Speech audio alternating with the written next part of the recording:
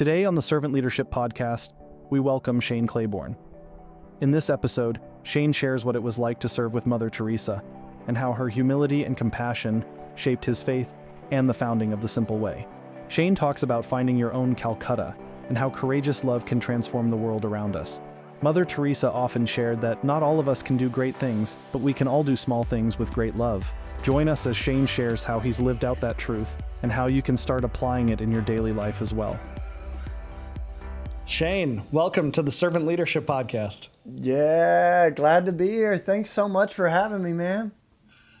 I am thrilled to have you. When I first bumped into you, the bio that I heard was unbelievable. And one of the things that stood out to me was that you walked alongside Mother Teresa and got involved in some amazing work that she was doing for a short period of time. I would love to start there and figure out how did that even happen? It's unbelievable. Well, I mean, the backdrop, and I can't hide it, is I grew up in the South in the Bible Belt. I fell in love with Jesus. But then I started to see a number of things that kind of troubled me within the church, certain hypocrisies or things. I guess, there's always some bones to spit out. But I loved Jesus. And I started asking, who is living out a really beautiful version of Christian faith? Like, who seems like they are living like Jesus meant the stuff he said? And, I'm 19, 20 years old at the time and doing my undergrad work. And I ended up in Philly to do my studies. And so, the great thing about being 19 or 20 is nothing's impossible. So a few college friends and I started thinking, we got the summer off. Let's see if we can work with Mother Teresa. So we wrote her a letter, and I mean, old school handwritten letter. This is before email and stuff. And not that she would have email, but anyway, and then we never got a letter back. So we started calling some nuns, and, some of them thought we were prank callers or something, but I'll never forget it. This wonderful sister in the Bronx, and she gave us a number for India and said, figure out when's the right time to call so you don't wake everybody up in the middle of the night. And we called, so it was late at night our time, it'd be noon there. And I was expecting sort of a polite receptionist or something, missionaries of charity, how can we help you? And I just heard, hello. And it was Mother Teresa, I started telling, I'm like, we want to work with Mother Teresa. And she goes, this is her. And I'm like, all right, well, we're free this summer. And I'll never forget, she said, well, just come on to India. And I'm thinking, where are we going to sleep? What are we going to eat? And I asked her, well, where could we stay? And she said, God takes care of the lilies and the sparrows. God will take care of you. Just find your way over here. And so we did. We spent the whole summer there, and I've been back since then. But it was massively formative for me. I worked in places I had read about as I researched Mother Teresa, and read books about her and by her. And the Home for the Dying was her first home. And that's where I worked every afternoon, where we would bring people in off the streets who were dying. And we'd hold their hands, we would sing songs, we'd massage their muscles, and almost every day people would die. But it was such holy work. And Mother Teresa's philosophy was, we're not called to do great things, but we're called to do small things with great love. So what's important isn't how much you do, but how much love you put into doing it. So it was amazing, man. I worked in the orphanages. I spent a week in a colony of folks who had leprosy and skin diseases, so they were outcast in the caste system. I lived there for a week, and I mean, all of that was just, it was life-changing. Wow. It's interesting. Having the Servant Leadership Podcast, I think that the global world, when they think through who is one of the more recent representations of servant leader, they think of Mother Teresa. She's just such a great example. As you went into that situation, really not knowing what you were getting into, what were some of the biggest things that walking alongside you were surprised by? Well, there's so many things, right? That about when I think of Mother Teresa, But one of the things that I will never forget was her feet. And it might sound weird, but we were in prayer every morning together. And I can remember looking at, it's 5 o'clock in the morning. And so I'm kind of, my mind's wandering a little bit here and there. And I noticed her feet were deformed. And I ended up, I'm not going to ask her like, what's up with that? But I was talking to one of the nuns, and she said, have you noticed her feet? And I said, yeah. She said, her feet are deformed because we get just enough shoes donated for everyone to get a pair. And so Mother Teresa, is so committed to this idea of loving her neighbor as herself that she digs through all the donations and she picks out the worst pair of shoes and takes them for herself. And after years and years of wearing the worst pair of shoes, it had literally deformed, her feet. And, I can remember rehearsing all the scriptures I knew, all the mission trips I'd gone on, the ways that we would go to the thrift store and take all the clothes that we didn't like, the zipper doesn't really quite work on the jacket, stuff like that. And Mother Teresa did just the opposite. She said, when you give to the poor, you should give your very best because you're giving it to Jesus in disguise.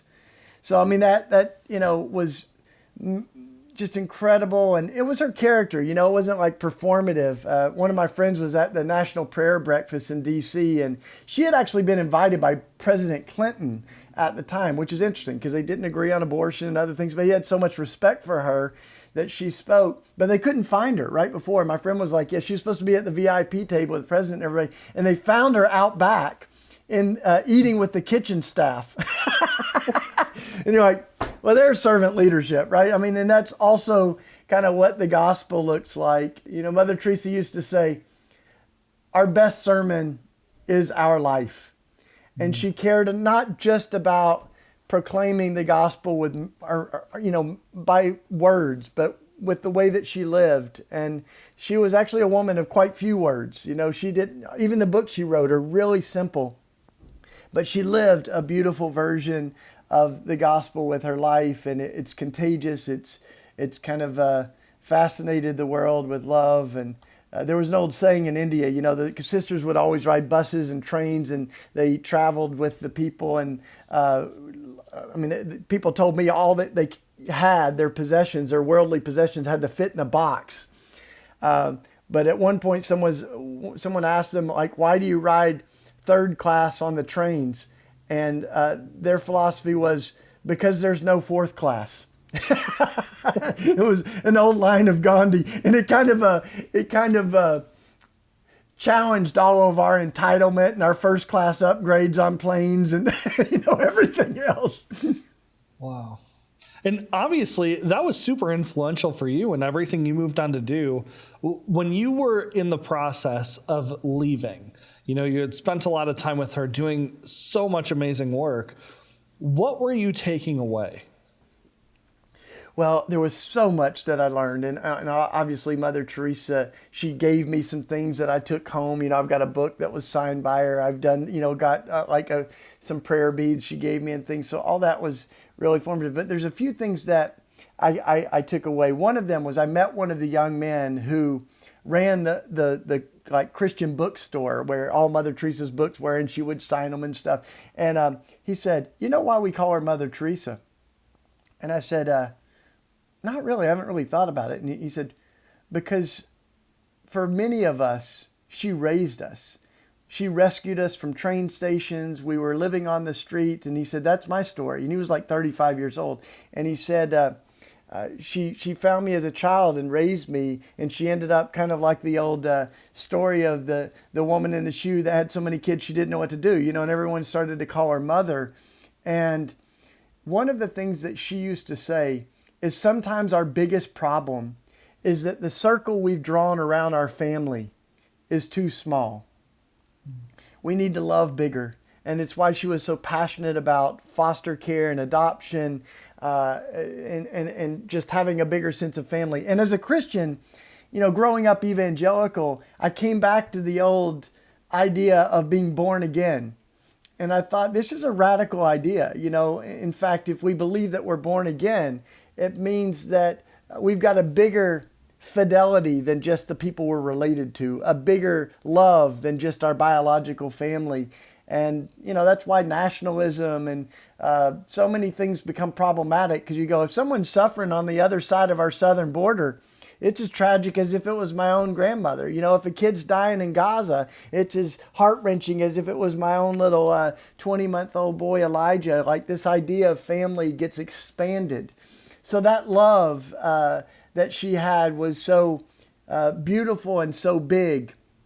And the other thing is that there were all kinds of other wonderful people there, like some of the street kids I got to know. Mother Teresa gave me the job of throwing a party for the kids on the street. So these are kids, some of them 8 years old, and they're living with their siblings. They're begging for money all day. And she said, these kids are very special to God, but they haven't always been convinced of that. So we got to remind them of how beautiful and valuable they are. So I would throw this party. We'd play games. I studied youth ministry, bro, right? So I'm ready for it, And we're doing like this big street party. And one week, one of the kids told me it was his birthday.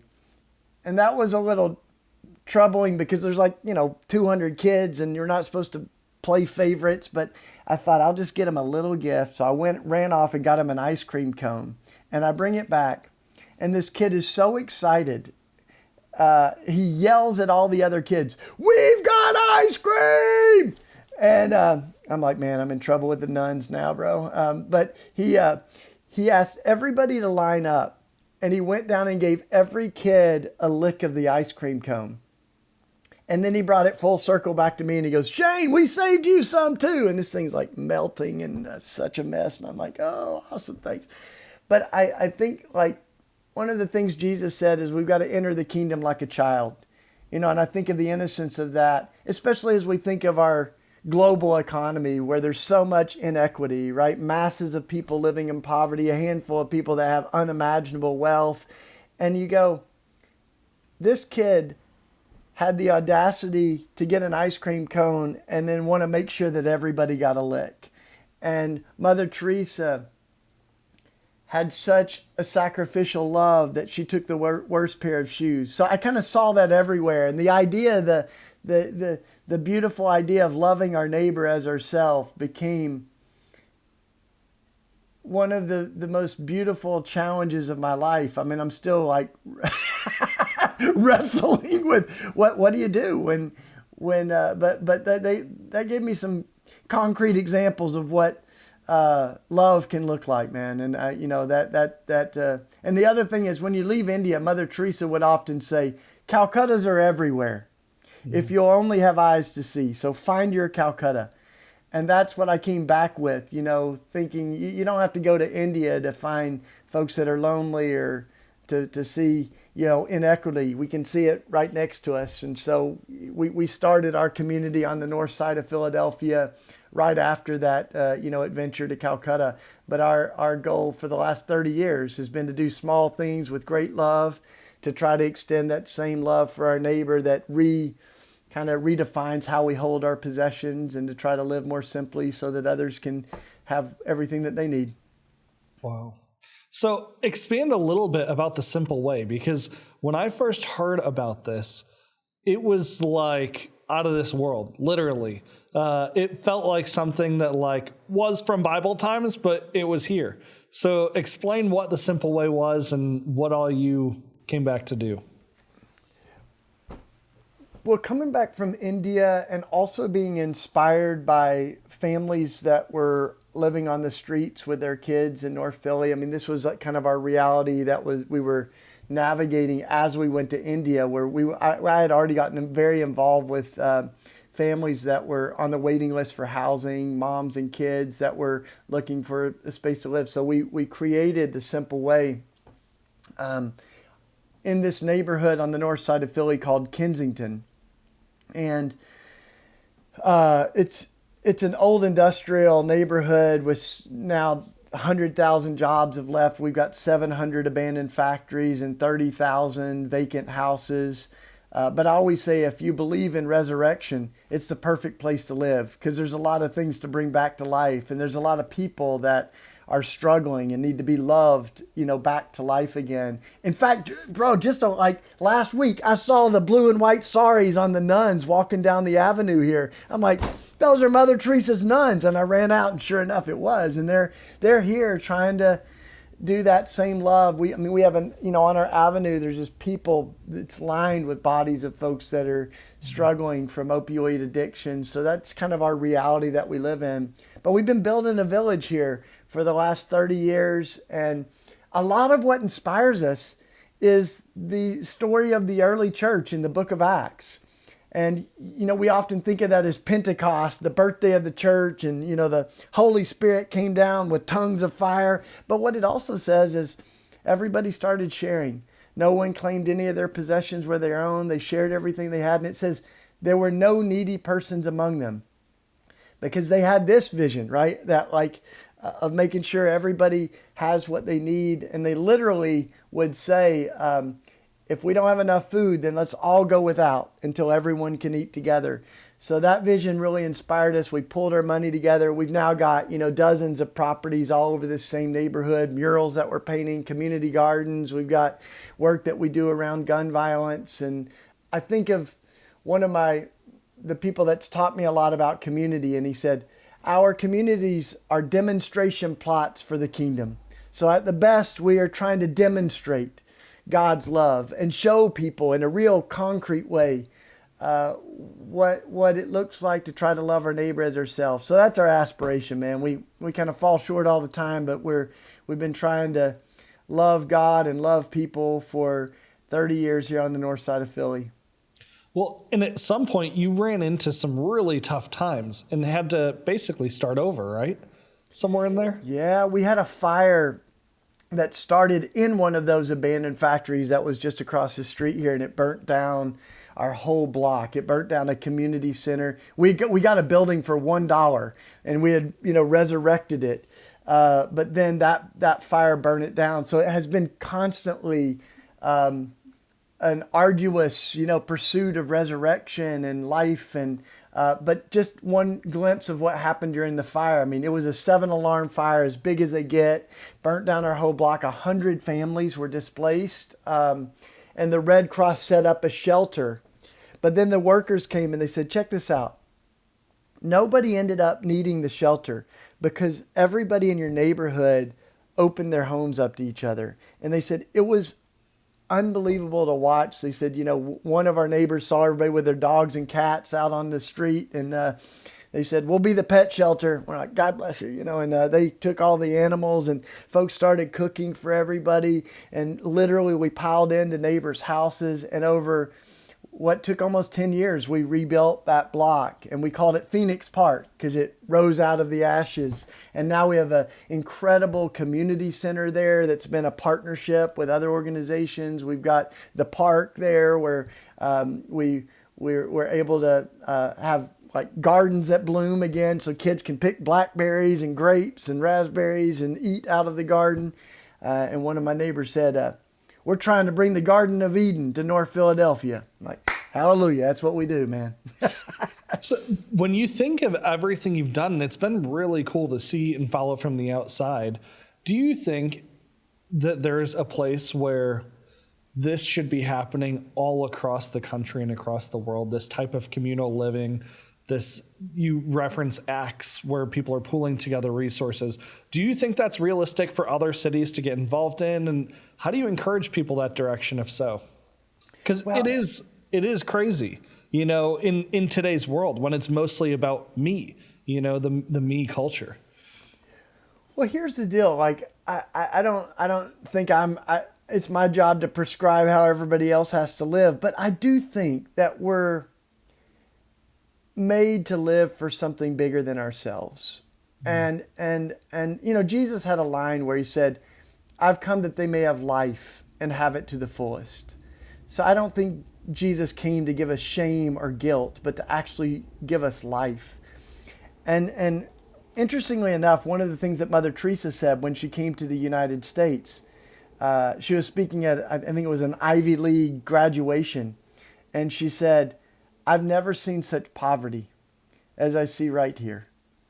And she said, in a lot of the wealthiest places of the world, we see some of the loneliest people.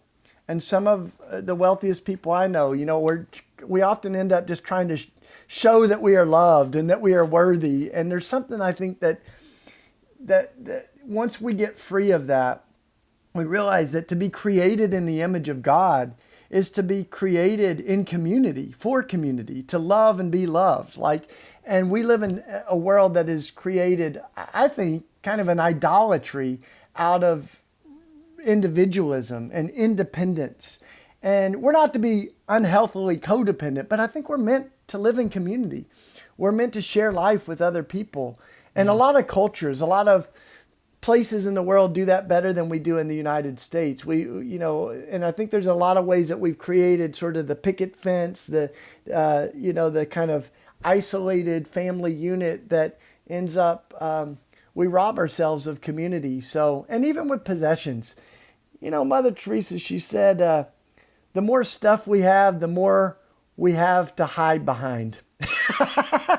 We have more to maintain and we have more to hide behind. And when Jesus says, consider the lilies of the field, the lilies and the sparrows, even Solomon in all of his splendor wasn't clothed like one of these. I think it's an invitation to say, that happiness can't be purchased and that we're more than the things that we own. And if we aren't careful, the things that we possess begin to possess us. We become obsessed with the stuff. We lose kind of our value for the simple things in life. So, I think there's a freedom in all of that. And some of that, when my house burnt down, it kind of started from scratch, but there's not much that I missed. And I remember one of my neighbors was being interviewed by one of these guys, the insurance people and the TV cameras came in and they're very sensational. They're like, how does it feel to have your house burned down? And my neighbor was like, just brilliant. He was so grounded and he just took a breath and he said, we're so grateful that no one was hurt. I mean, imagine the whole neighborhood burnt down at 2 a.m. and no one was hurt. And he said, the stuff that we lost, it's the stuff of earth. We'll figure out a way forward. And then he said, and I noticed since the 5-story factory burnt down that we can now see the moon and the stars from our block. And so we painted a mural that has like a building burning down with the moon coming up. Right? But I think that's the freedom, right? That's the freedom to have an ice cream cone and not hoard it for ourselves, but want everybody to get a lick. And it's why Dorothy Day, one of my heroes, she said, the best thing to do with the best things in life is give them away. That's so powerful. I mean, we talk a lot about servant leadership. And not only do I consider from afar you a great servant leader, but you've been surrounded by great servant leaders. One of the things that has stood out to me over the years of following you is this concept of red letter Christians. And you started something called the Red Letter Christians. And I think there's an interesting parallel to servant leadership there. Talk about why you started it, what it was, and if you see any parallels there. Yeah, so Red Letter Christians comes from the Bibles that have the words of Jesus often are kind of highlighted in red letters. And so, but it comes from a interview that this DJ, it was actually a country music DJ. He didn't really have anything to do with, Christianity. He wasn't religious, but he was interviewing a friend of mine. And he said, this DJ says, I've read a lot of the Bible.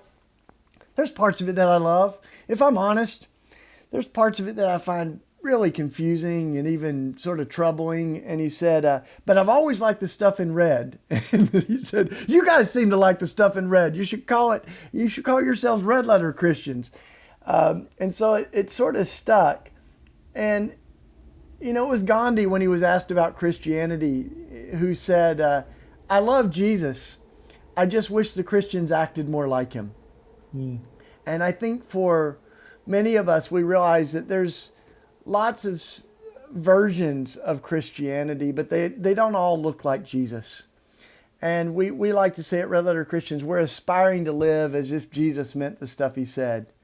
And it's radically countercultural. I think one of the terrible things that we've done really as Christians is reduce Christianity to a set of doctrines or just things that we believe, as if Christianity was just kind of a flat doctrinal statement. But when you look at Jesus, the Word made flesh, it wasn't just about a way of believing, but a way of living in the world.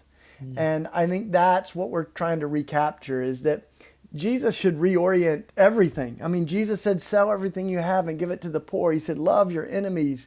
The Beatitudes, where Jesus blesses the poor, the meek, the merciful, all the people that have been crushed in this world. It's a very countercultural, it's like the GPS recalculating, right? So that's what we're after, and it's not that the rest of the Bible doesn't matter, but I think for us, Jesus is the lens through which we interpret the Bible, we understand the world that we live in, and as Scripture itself says, Jesus is the full revelation of God. This is God made flesh. This is the Word become flesh. And when you look at Jesus, almost every time he opens his mouth, he talks about the kingdom of God. And it's not just something that we're to go up to when we die, but we're to bring on earth as it is in heaven. And so I think for too long, many Christians, and myself included for a lot of my life, it was just about a ticket into heaven. And if we aren't careful, we can use our faith as an escape from this world, rather as something that causes us to care about this world and to want this world to become the way that God wants it to be. And that idea, God's dream, God's kingdom on earth as it is in heaven. So we're not just promising people life after death, but there's a lot of people wondering if there's life before death. And I believe in a God that cares about the injustice and the pain and racism and violence that we see right now in our world. And I think there's a lot of people that want to know about a gospel that's good news, not just in the afterlife, but in life right now. When people listen to you talk, I hope they get excited. And one of the things that I think is sometimes hard is there's an excitement of, I really love what Shane is saying, but I have no idea what to do from here because my life is not set up to live like Shane's living. It's not set up. I'm not living exactly like this. What do you encourage people to do if they're like, I buy into the concept of this, but I don't know how to actually apply it in my life?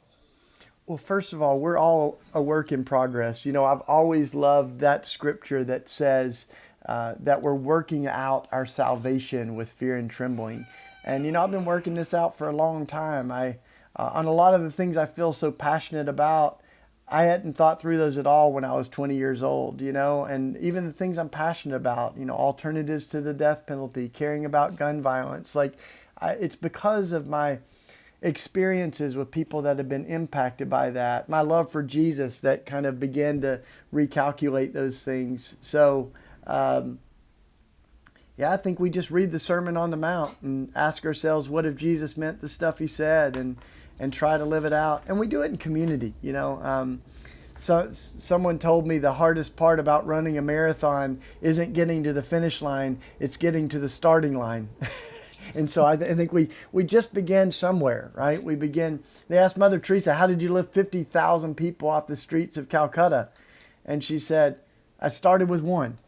So I think we start there. We try to love one person well. We try to move closer to those who are hurting in the world and know that that as we get closer to those who are hurting, we get closer to Christ and we find our own vocation, And we're all different. We're all wired different. So I like how Frederick Buechner, he was a great, writer, and he said, we've got to connect our deepest passions to the world's deepest pain. And that's where we find life, right? Like we're all different. Some of us are scientists, some of us are doctors, some of us are lawyers, some of us are landscapers and plumbers. But when we use our gifts in a way that alleviates the suffering of others, that gives life to others, then we find our own vocation. And so I always tell young people, the real question isn't what are you going to do when you grow up? It's who are you going to be? And what's more important than are you going to be a lawyer or a doctor or a CEO of a company? What's more important than that is what kind of doctor or lawyer or CEO are you going to be? And how can your gifts and skills contribute to the bigger cause of bringing God's dream on earth as it is in heaven. Wow. That is so powerful. It makes me think, I mean, you've been so influenced by your time with Mother Teresa. If she were still here, what do you think she would be encouraging people to do right now? That's a great question. Well, I think that she would never let up on this idea that we're to do small things with great love. But I think the other thing that Mother Teresa, I mean, she had a great sense of humor too. By the way, there's this one really wealthy person that was with Mother Teresa. He was going to write her a big check, and he said, "I couldn't do what you do for $1 million." And she said, "Me neither." You couldn't pay me $1 million. She said, "I do it for the love of it, the joy of it." So, but the other thing I think Mother Teresa that drove her, if you look really closely, is that she believed every person is made in the image of God. And we have a world where the image of God is under attack, or it's really at risk. And I think that's why Mother Teresa, she knew the limitlessness of God's love. And that's why we can say the children in Gaza are made in the image of God. And they matter to God just as much as a life in Jerusalem or New York or LA, right? Like every person's made in the image of God. It's, she was often known for her passion about abortion, and she was very passionate about that. But Mother Teresa would call governors the night before an execution and say, "I'm praying for you to do what Jesus would do. And Jesus said, 'Blessed are the merciful, for they will be shown mercy.'" And she went to war zones and she rescued kids and families. She has sisters right now in Gaza that are taking care of folks. So I think that courageous love is what we all need, right now, to say compassion is not a zero-sum thing. There's not a limited amount of it. We can be outraged by the death of October 7th, as we all grieved that violence, but we also can be outraged by the deaths in Gaza, and we can say that every single person's made in the image of God. So the last book that I wrote, it's called Rethinking Life, and it has a lot of Mother Teresa in it, but it's this idea that we need a consistent ethic of life that says every human being is made in the image of God, and that really is that's core Christian theology, but it's also kind of Mother Teresa theology 101, I think. And I really, that's shaped a lot of my thinking, is if we could just say every person's made in the image of God, and anything that destroys life destroys the image of God. And I think that's such a good takeaway. And I like the words you use too, courageous love. That is just an unbelievable representation of, it does take courage to love well. And to love others. And it doesn't always feel normal, even when you know it's the right thing to do. So powerful. Shane, I want to hit you with 60 seconds of rapid fire questions. Oh, gosh, I'm terrible at these. Okay, I'm going to do my best. Just say the first thing that comes to mind, and there's 10 of them. Who's the first person you think of when I say servant leadership? Jesus, washing feet. 5 words that most describe you. Oh, gosh. Humble. I'm just kidding. I hope humor, imagination, love, compassion, that's what I want to be known for. And a really good husband. My wife might be listening, so yeah. Love that. Favorite book? Oh, geez. Early on, I read The Jesus I Never Knew by Philip Yancey. That was a big one. Yeah, that was a good one. Favorite food? I love me some Indian curries. Yep. Some dal, saag paneer. Come on. Yep. Favorite thing to do in your free time? Oh, I love the circus. Juggling, unicycling, stilt walking, fire breathing, brother. I'll have to bring that next time. Yep. Wow. This might tie into that. The next one, surprising fact about you. Okay. I went to circus school. I was also a gymnast, so I'm a tumbler. I was a state champion in gymnastics. So I still got it, man. I turned 50 this year and can do a backflip. Whoa, that's amazing. Favorite place you've been? Gosh, well, I mean, on theme, we got to go with Calcutta, I think. Although I really, I really loved El Salvador too. Yeah, I was in Santa Ana. Is there anywhere you want to go that you have not been? Oh, places I want to go. Yeah, there's a lot, but I'm having a hard time with that one. I want to go to heaven. Yeah, no, I want to go to. I would like to. You know what I would like to do? I'd like to go to like the North Pole. My stepdad motorcycled there, so I think that would be kind of interesting. Wow. All right, last two. What's the best advice you've ever received? What's important is not how much you do, but how much love you put into doing it. It's pretty good. It's going to go up there on my list. Yeah. Wow. All right, and finally, why do you think listening to a podcast like this on servant leadership is important for people? Because you're such a joy to be with. No, I think that a lot of what we're talking about are countercultural values that we can't just, it's like you're swimming upstream sometimes. They're not just things that we can cultivate on our own. So holding our possessions with open hands, responding to violence without mirroring it, being drawn to the least rather than the greatest, kind of descending into greatness. I think those are our values of servant leadership that we need to remind each other that we're not crazy, or as the Catholic workers say, if we are crazy, it's because we refuse to be crazy in the way that the world's gone crazy. So that's what we need. Wow. Yeah. Well, Shane, thanks for taking the time. Thanks for sharing some of your journey and shedding so much insight on what the simple way could look like. Yeah, y'all come visit us sometime in Philly or check out our work. I'm on all the social medias and stuff, and you can just check out redletterchristians.org too. But thanks so much for having me, man. Thanks for all of y'all for listening. And we'll make sure for anyone who's listening to put the information in the description so you can go easily check out what Shane and his crew are up to. Awesome. Thanks, bro. Thank you for listening to this episode of the Servant Leadership Podcast. If you enjoyed what you heard, please give it a thumbs up and leave a comment below. Don't forget to subscribe and hit the notification bell to never miss an update. Be sure to check out the servantleadershippodcast.org for more updates and additional bonus content.